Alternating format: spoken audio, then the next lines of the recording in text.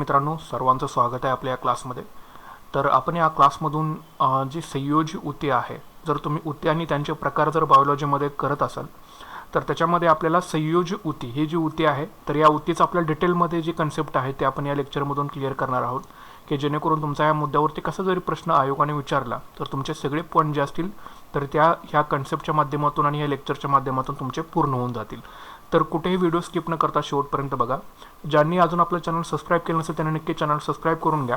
महत्त्वाचे free classes जे असतील ते तुमच्यासाठी यूट्यूबवरती अवेलेबल होतील. प्लस ज्यांनी अजून आपलं ॲप्लिकेशन इन्स्टॉल केलं असेल त्यांनी ॲप्लिकेशन इन्स्टॉल करून घ्या. ॲपची लिंक तुम्हाला व्हिडिओच्या डिस्क्रिप्शन बॉक्समध्ये दिलेली आहे. तर केअरफुली ऐका, तुमचे डायरेक्टली मुद्दे जे असतील ते तुमचे या संयोजी ऊतीचे जे असतील ते तुमचे क्लिअर आउट होऊन जातील. ठीक आहे, तर सुरुवात करूया. सो केअरफुली बघा. आता संयोजी ऊती, तर संयोजी ऊतीला इंग्लिशमध्ये म्हणतात कनेक्टिव्ह टिश्यू. ठीक आहे, इंग्लिशमध्ये सुद्धा सायन्समध्ये जे शब्द आहेत हे तुम्हाला लक्षात ठेवणं गरजेचं आहे.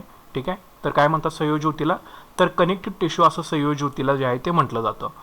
नंतर या संयोजी ऊतीचा आढळ कुठं होतो, तर आपल्याला माहिती आहे की मानवी शरीरामध्ये ऊती ज्या असतात ह्या मोठ्या प्रमाणावरती ज्या असतात त्या आढळतात. ह्या ज्या ऊत्या आहेत त्या, आणि त्या द्रवरूप पदार्थामध्ये एका मोकळ्या रचनेमध्ये ह्या संयोजी ऊती ज्या आहेत किंवा कनेक्टिव्ह टिश्यू ज्या आहेत ह्या द्रवरूप पदार्थामध्ये मोकळ्या रचनेमध्ये ह्या आढळून येतात आपल्या मानवी शरीरामध्ये. ठीक आहे, नंतर ह्या ज्या संयोजी ऊत्या असतात हे कशाचं स्रवण करतात, तर कोलॅजिन आणि इलॅस्टिन जे आहे, कोलॅजन आणि इलॅस्टिन, तर हे जे प्रथिनयुक्त तंतू आहेत यांचं स्रवण करण्याचं काम या संयोजी ऊती करत असतात. याला फक्त अपवाद आहे रक्ताचा. तर रक्त जे आहे ते रक्त जे सोडून आहे इतर सर्व ज्या संयोजी ऊतींच्या पेशी आहेत ह्या कोलॅजन आणि इलॅस्टिन हे जे प्रथिनयुक्त तंतू असतात त्यांचं काय करतात, स्रवण करतात. ठीक आहे, तर हे पॉईंट लक्षात ठेवा तुम्ही.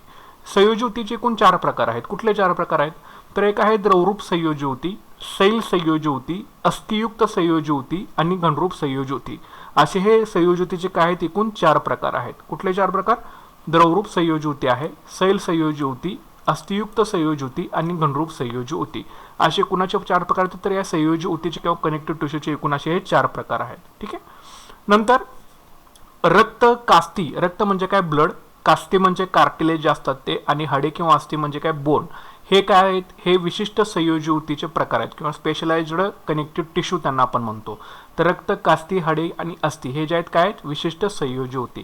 तर हे बेसिक इन्फॉर्मेशन जे आहे ते आपल्याला पहिल्यांदा पाहणं याच्यामध्ये गरजेचं पडतं. तर आतापर्यंत आपण काय बघितलं, तर संयोजी ऊतीला इंग्लिशमध्ये म्हणतात कनेक्टिव्ह टिश्यू. संयोजी ऊती आपल्या मानवी शरीरामध्ये मोठ्या प्रमाणामध्ये आढळून येतात आणि त्या द्रवरूप पदार्थांमध्ये मोकळ्या रचनेमध्ये आपल्याला ह्या दिसून येतात, म्हणजे त्यांचा आढळ.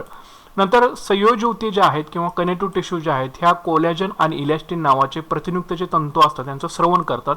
याला अपवाद आहे फक्त रक्ताचा. ठीक आहे, संयोजी ऊतीचे एकूण 4 प्रकार पडतात. पहिला जो प्रकार आहे तो आहे द्रवरूप संयोजी ऊती, दुसरा जो आहे तो सैल संयोजी ऊती, तिसरा जो आहे तो अस्थियुक्त संयोजी ऊती आणि चौथा जो आहे तो घनरूप संयोजी ऊती. तर यांची सुद्धा डिटेलमध्ये आपल्याला इन्फॉर्मेशन जे आहे ते आपल्याला बघायचीच आहे. नंतर रक्त असेल म्हणजे ब्लड, कास्ती म्हणजे कार्टिलेज, हाडे आणि अस्थी म्हणजे बोन, हे जे आहे ते विशिष्ट संयोजी ऊती आहेत या. तर हे तुम्हाला लक्षात ठेवणं याच्यामध्ये गरजेचं आहे. म्हणजे स्पेशलाइज्ड कनेक्टिव्ह टिश्यू यांना म्हटलं जातं. रक्त असेल, कास्ती असेल, हाडे किंवा अस्थी असतील यांना काय म्हटलं जातं, विशिष्ट संयोजी ऊती किंवा स्पेशलाइज्ड कनेक्टिव्ह टिश्यू. तर हे मुद्दे तुम्ही लक्षात ठेवा संयोजी ऊतीच्या बाबतीमध्ये बेसिक स्वरूपामध्ये. ठीक आहे, त्याच्यानंतर आता एक एक आपण प्रकार बघूया. तर पहिला जो प्रकार आहे संयोजी ऊतीचा किंवा कनेक्टिव्ह टिश्यूचा त्याचं नाव आहे द्रवरूप संयोजी ऊती. ठीक आहे, द्रवरूप संयोजी ऊती. तर याला इंग्लिशमध्ये आपण म्हणतो फ्लूइड कनेक्टिव्ह टिश्यू किंवा व्हॅस्क्युलर टिश्यू यांना म्हटलं जातं. या द्रवरूप संयोजी ऊतीला काय म्हटलं जातं, फ्लूइड कनेक्टिव्ह टिश्यू किंवा व्हॅस्क्युलर टिश्यू. आता आयोग जो आहे हा गुगल ट्रान्सलेट वापरून जिथं मराठीमध्ये जर समजा कीवर्ड याच्या सोडून जर दुसरा वगैरे त्यांनी टाकला विचारला, त्यासाठी आपल्याला इंग्लिशमध्ये सुद्धा अल्टरनेटिव्ह शब्द जे आहेत त्यांना माहीत असले पाहिजेत. त्याच्यामुळे हे तुम्ही लक्षात ठेवा. तर द्रवरूप संयोजी ऊतीला काय म्हणतात, फ्लूइड कनेक्टिव्ह टिश्यू किंवा व्हॅस्क्युलर टिश्यू असं यांना म्हटलं जातं.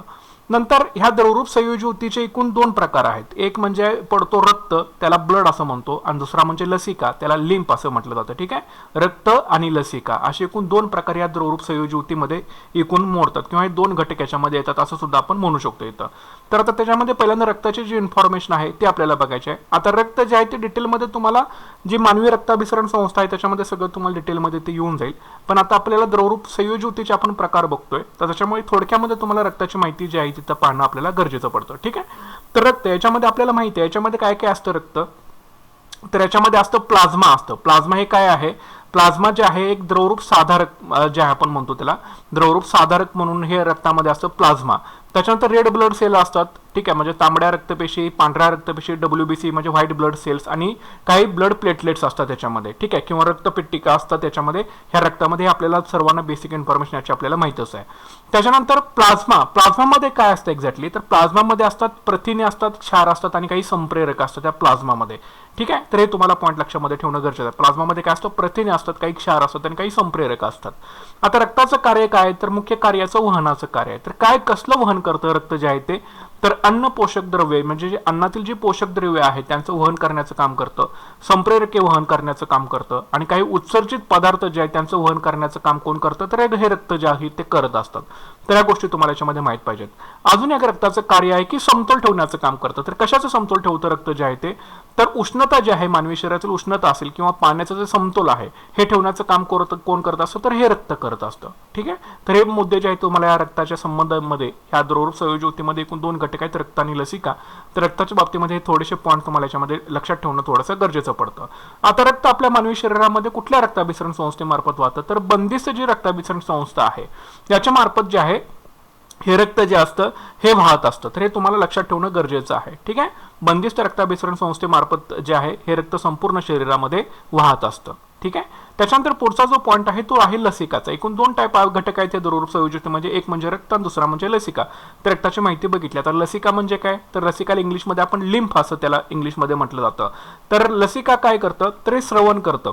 तर स्रवण कशाचं करतं, तर रक्तकेशिका किंवा लसिका केशिकामधून पाझरणारा हा द्रव जो आहे तो म्हणजे काय, लसिका त्याला म्हटलं जातं किंवा त्याला लिम्फ असं म्हटलं जातं, ठीक आहे. तर हे तुम्हाला लक्षात ठेवणं याच्यामध्ये गरजेचं आहे. तर हा एक लसिका म्हणजे काय, तर पाझरणारा द्रव आहे. तर पाझरणारा द्रव म्हणजे कशातून हा द्रव स्रवतो, तर रक्तकेशिकामधून आणि लसिका केशिकामधून हा द्रव स्रवतो, ठीक आहे. आणि याच्यामध्ये असतात प्लाझ्मा आणि व्हाईट ब्लड सेल्स. तर लसिकामध्ये काय असतात, प्लाझ्मा असतात आणि व्हाईट ब्लड सेल्स असतात, ठीक आहे. त्याच्यानंतर अजून एक याच्यामध्ये मुद्दा लक्षात ठेवा तुम्ही, तर काही लसिकायुक्त अवयव सुद्धा याच्यामध्ये आहेत. लसिकायुक्त अवयव कुठले, टॉन्सिल्स, थायमस ग्रंथी, spleen, Peyer's patches, lymph nodes, हे जे आहे ते लसिकायुक्त अवयव आहे. ते लक्षात ठेवा. जर आयोगाने विचारलं तुम्हाला लसिकायुक्त अवयव किंवा लिम्फॉइड ऑर्गन्स खालीलपैकी कुठले, तर हे तुम्हाला माहित असणं गरजेचं आहे. टॉन्सिल्स, थायमस ग्रंथी, स्प्लीन, पेयर्स पॅचेस आणि लिम्फ नोड्स हे काय लसिकायुक्त अवयव आहेत. तर हे अवयव काय करतात, तर रोगाच्या आक्रमणापासून शरीराचं रक्षण करण्याचं काम जे आहेत हे अवयव करत असतात, ठीक आहे. तर अशा प्रकारची लसिकाची आपल्याला माहिती जी आहे हे महत्त्वाचे मुद्दे जे आहेत आपल्याला आपण सांगू शकतो याच्यामध्ये. तर द्रवरूप संयोजी होती, पुन्हा एकदा ऐका आता व्यवस्थित. द्रवरूप संयोजी होतीला काय म्हणतो आपण, फ्लुइड कनेक्टिव्ह टिश्यू असं म्हटलं जातं याला. तसंच याला व्हॅस्क्युलर टिश्यू असं सुद्धा याला म्हटलं जातं. त्याच्यामध्ये एकूण 2 घटकांचा समावेश होतो, एक म्हणजे रक्त आणि दुसरं म्हणजे लसिका. रक्त म्हणजे काय, इंग्लिशमध्ये त्याला आपण ब्लड म्हणतोय. तर रक्तामध्ये काय असतं, प्लाझ्मा असतात, नंतर रेड ब्लड सेल्स असतात, व्हाईट ब्लड सेल्स असतात म्हणजे तांबड्या रक्तपेशी, पांढऱ्या रक्तपेशी आणि प्लेटलेट्स असतात. प्लाझ्मामध्ये काय असतं, तर प्लाझ्मामध्ये असतात प्रथिने असतात, काही क्षार असतात आणि संप्रेरक असतात प्लाझ्मामध्ये. रक्ताचं कार्य काय, तर वहनाचं कार्य आहे रक्ताचं. कशाचं वहन करतात, हे अन्नाचं पोषक द्रव्यांचं वहन करतात हे, तसंच काही संप्रेरकांचं वहन करतात आणि काही उत्सर्जित पदार्थांचं रक्त जे आहे ते वहन करत असतात. रक्ताचं कार्य काय, की समतोल ठेवायचं रक्ताचं कार्य आहे. समतोल कशाचं ठेवतात, हे उष्णता आणि पाण्याचं समतोल ठेवण्याचं काम जे आहे ते रक्त करत असतं. आता रक्त वाहते कुठल्या रक्ताभिसरण संस्थेमार्फत मानवी शरीरामध्ये रक्त वाहते, तर बंदिस्त जी रक्ताभिसरण संस्था आहे याच्या मार्फत रक्त जे आहे ते वाहत असतं. नंतर दुसरा जो पॉईंट आहे तो आहे लसिकाचा. तर लसिका जो आहे, लसिका म्हणजे काय, तर त्याला आपण लिम्फ असं म्हणतो. लिम्फ म्हणजे काय, हा पाझरणारा एक द्रव पदार्थ आहे. लिम्फ हा कशामधून स्रवतो, ज्या काही रक्तकेशिका आहेत आणि ज्या काही लसिका कोशिका आहेत, ठीक आहे, याच्यामधून स्रवणारा हा द्रव आहे लसिका नावाचा. तर लसिकामध्ये काय असतं, तर याच्यामध्ये असतात प्लाझ्मा असतात आणि व्हाईट ब्लड सेल्स असतात या लसिकामध्ये म्हणजे लिम्फमध्ये. तसेच काही लसिकायुक्त अवयव सुद्धा आपल्याला माहित असणं गरजेचं आहे. तर लसिकायुक्त अवयव किंवा त्याला लिम्फॉइड ऑर्गन्स असं इंग्लिशमध्ये म्हणतात.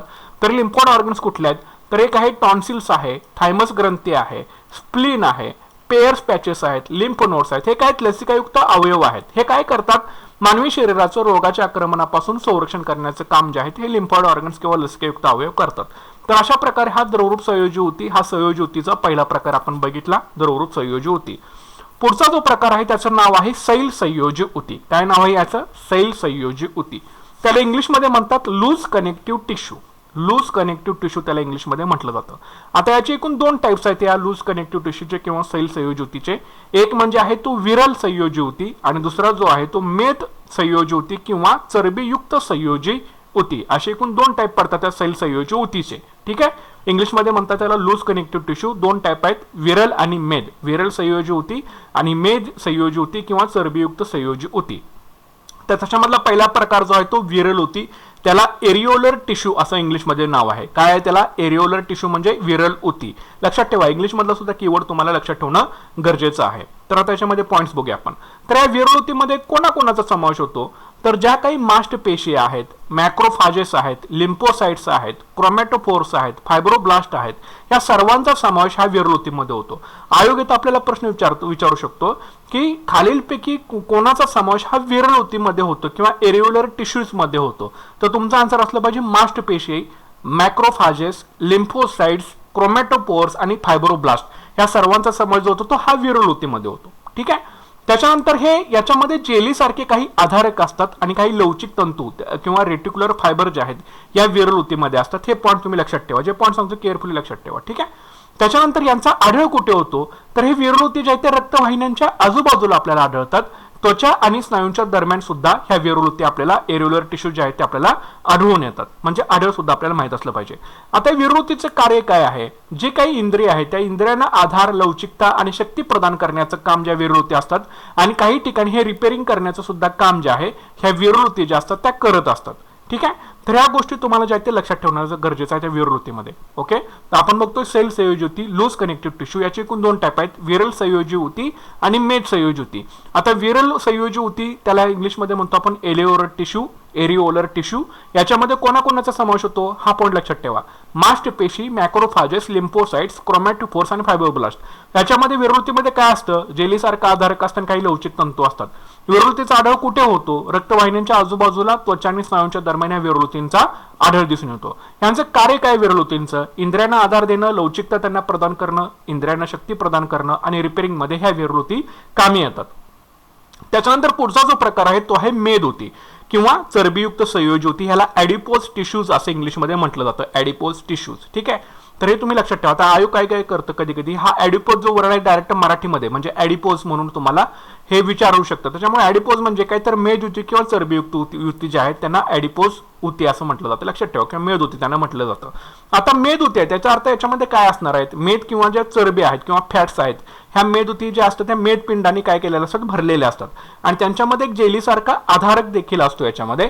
या ऊती कुठे आढळतात? तर त्वचेखाली किंवा अंतर्गत अवयवांच्या आजूबाजूला ह्या मेद ऊती आढळतात. त्वचेखाली किंवा अंतर्गत अवयव जे आहेत आपले त्याच्या आजूबाजूला ह्या मेद ऊती किंवा ॲडिपोज टिश्यू जे आहेत ते आपल्याला आढळून येतात.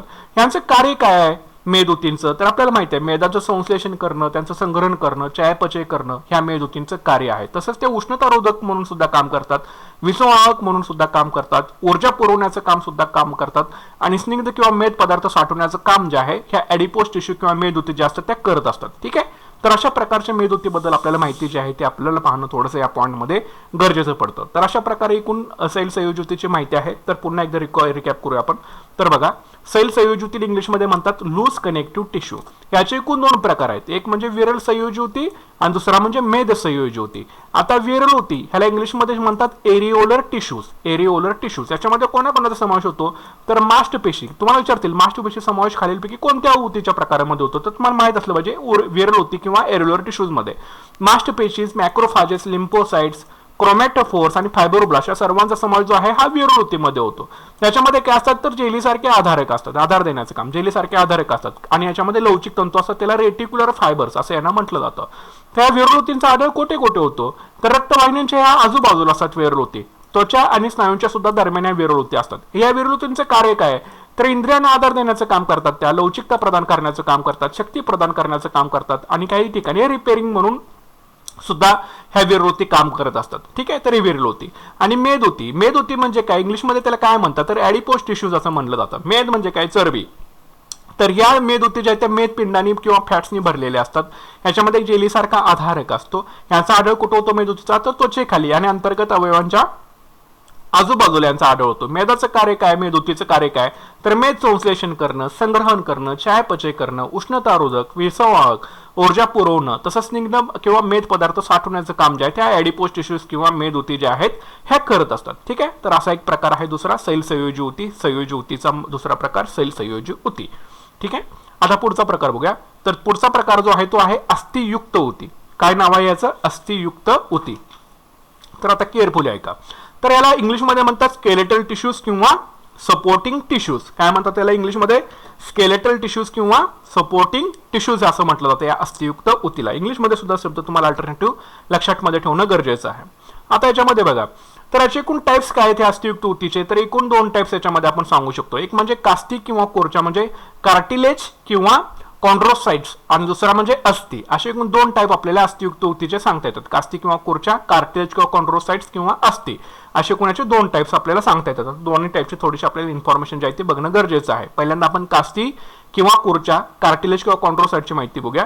तर याच्यामध्ये काय, तंतुमय जेलीसारखा काय असतं, याच्यामध्ये आधारक असतो. ठीक आहे, तंतुमय जेलीसारखा काय असतो, साधारक किंवा आधारक जे असतो त्याच्यामध्ये ह्या कास्टिक किंवा कोरच्यामध्ये आपल्याला दिसून येतो. ठीक आहे, त्याच्यानंतर याचा आढळ कुठे होतो कास्टिक किंवा कोरच्याचा, तर नाकाचं जे टोक आहे, कान आहे, स्वर यंत्र आहे, श्वसन नलिका आहे, पाठीचा कणा आहे, हातपाय आहे, याच्यामध्ये कास्टिक किंवा कोरच्या ज्या आहेत हे आपल्याला दिसून येतात. खालीलपैकी कुठल्या अवयवामध्ये कास्टिक किंवा कोरच्या आपल्याला दिसून येतात असं जर प्रश्न विचारला तर तुम्हालाही माहित असल्या पाहिजेत गोष्टी. नाकाचं टोक असेल, कान असेल आपला, स्वर यंत्र असेल, श्वसन नलिका असेल, पाठीचा कणा असेल किंवा हातपाय असतील, याच्यामध्ये आपल्याला कास्टिक किंवा कोरच्या जे आहेत किंवा कार्टिलेज किंवा कॉन्ड्रोसाइट जे आहेत आपल्याला दिसून येतात. ठीक आहे, त्याच्यानंतर यांचं कार्य काय कास्टिक किंवा कोरच्याचं, तर हाडांचा पृष्ठभाग जे आहेत हे गुळगुळीत करण्याचं काम हे कास्टिक किंवा कोरच्या करतात. तसंच हाडांच्या वाढीला मदत करण्याचं काम जे आहे कास्टिक किंवा कोरच्या जे आहेत हे करत असतात. ठीक आहे, आणि हे कास्टिक किंवा कोरच्या असतात लवचिक असतात, त्याच्यामुळे आपण त्यांना काय करू शकतो, हे वाकवू शकतो त्यांना आपण. ठीक आहे, त्यांना आपण काय करू शकतो, वाकवू शकतो. लवचिक असल्यामुळे त्यांना आपण हे वाकवू शकतो. तर हे तुम्ही लक्षात ठेवा. तर पाठीचा कणा आपण वाकतो, हातपाय आपण हे करू शकतो, पुढे मागं वाकवू शकणार हे करू शकतो. ठीक आहे, तर अशा प्रकारचे कान असेल मागं पुढे त्यांना आपण वाकवू शकतो. ठीक आहे, अशा प्रकारे तुम्ही या गोष्टी ज्या आहेत त्या करू शकता हे लवचिक असल्यामुळं. ठीक आहे, तर अशा प्रकारची माहिती आपल्याला 3-4 मुद्दे जे आहेत ते आपल्याला लक्षात ठेवणं याच्यामध्ये गरजेचं आहे.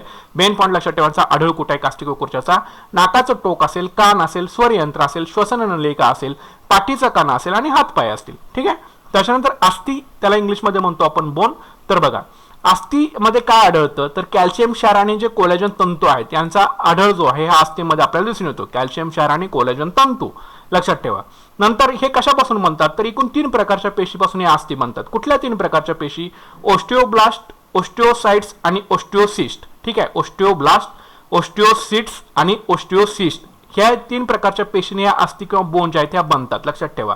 तर विचारतील आयोग, तो आपल्या आयोग विचारू शकतो की अस्थि किंवा बोन्स आहेत एकूण किती प्रकारच्या पेशीपासून बनतात, 1, 2, 3, 4 असं पर्याय देतील.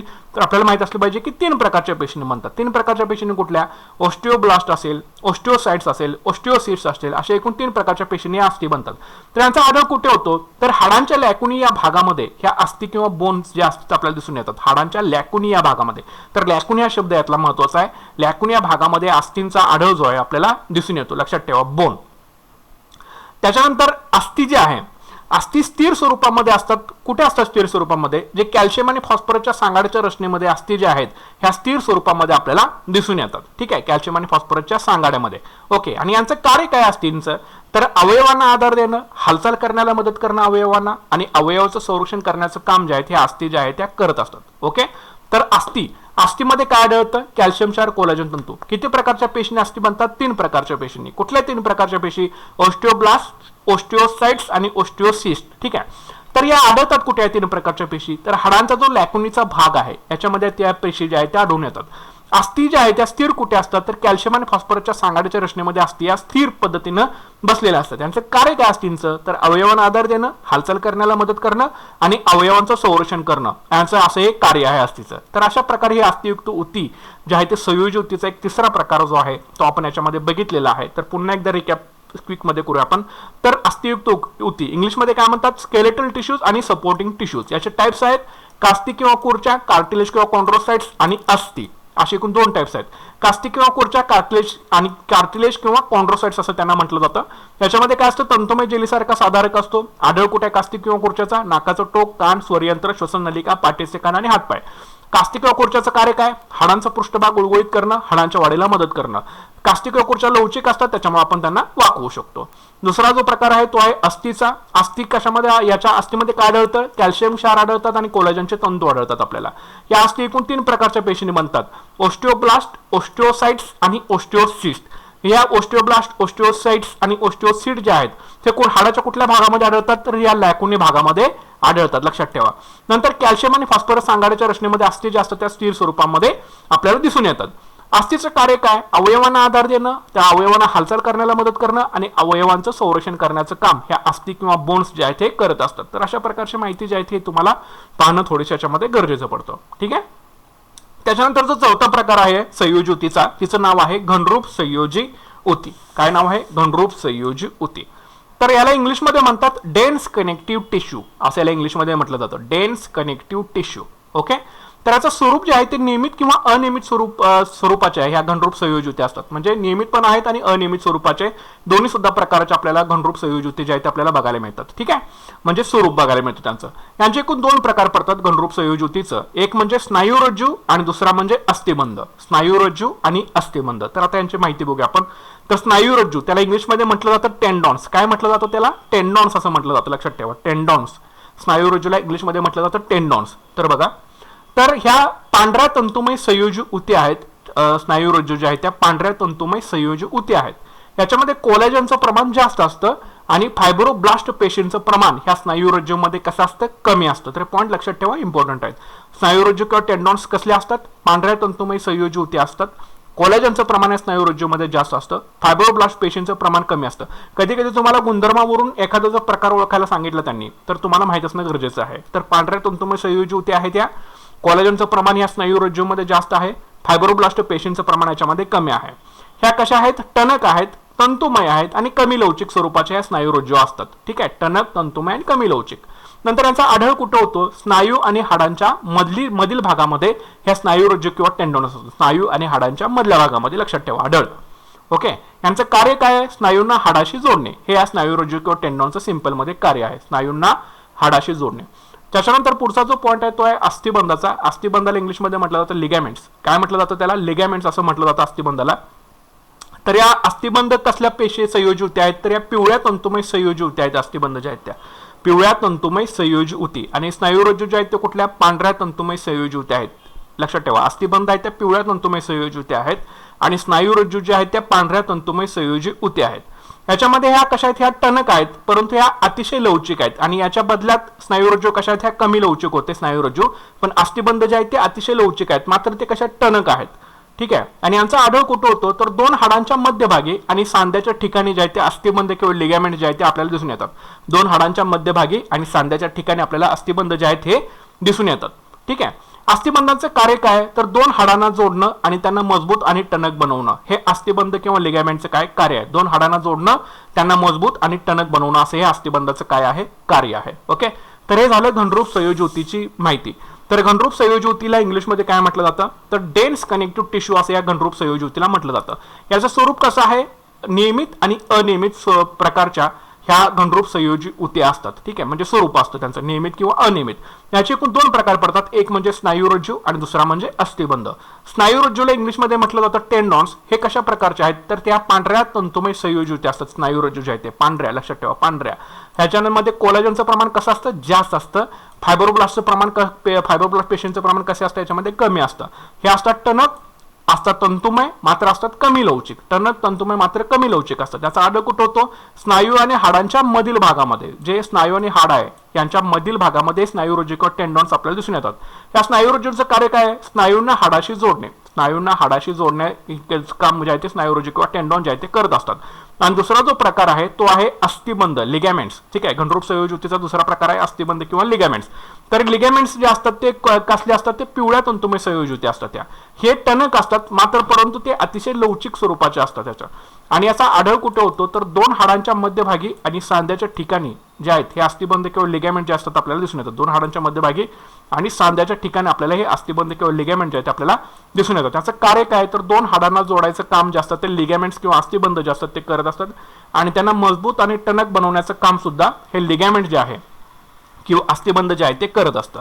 तर अशा प्रकारे हे गणरोप संयोजी ऊतीचा आपल्याला जी माहिती आहे ते आपल्याला इथं जे इम्पॉर्टंट पॉईंट्स आहेत हे तुम्हाला जे सगळे पॉईंट्स महत्त्वाचे आहेत ते तुम्हाला याच्यामध्ये सांगितलेले आहेत. तर व्यवस्थित तुम्ही केअरफुली ऐका, वाटलं त्याचे स्क्रीनशॉट्स तुम्ही करून घ्या. ज्यांनी अजून आपलं ॲप्लिकेशन इन्स्टॉल केलं नसेल त्यांनी प्ले स्टोअरवरती जाऊन आपलं ॲप्लिकेशन आहे MPSC टाइम्स ऑफिशियल नावाचं, याची लिंक सुद्धा तुम्हाला व्हिडिओच्या डिस्क्रिप्शन बॉक्समध्ये देईन. तिथून जाऊन तुम्ही डायरेक्ट ॲप्लिकेशन जे आहे ते तुम्ही इन्स्टॉल करू शकता. ठीक आहे. आणि ज्यांनी अजून चॅनलला सबस्क्राईब केलं नसेल आपल्या चॅनलला सबस्क्राईब करून घ्या. स्पेशल क्लासेस असतील सगळे तुम्हाला डिटेलमध्ये आपल्या ॲप्लिकेशनमध्ये सुद्धा वरती मिळतील आणि यूट्यूबवरती सुद्धा तुम्हाला पाहायला मिळतील. सो सर्वांनी नक्कीच आपलं ॲप्लिकेशन जे आहे ते इन्स्टॉल करून घ्या. ॲप्लिकेशनमधील फ्री टेस्टचा सेक्शन आहे त्याचा सुद्धा तुम्ही लाभ घ्या. ओके, फ्री ऑफ कॉस्ट तुम्हाला फ्री टेस्ट सुद्धा तिथं अवेलेबल आहे, ते सुद्धा तुम्ही सोडवू शकताय. सो नक्कीच लाईक करा, शेअर करा आणि ज्यांनी अजून चॅनल सबस्क्राईब केलं असेल त्यांनी नक्की चॅनल सबस्क्राईब करून घ्या. So thanks for the watching guys and all the best.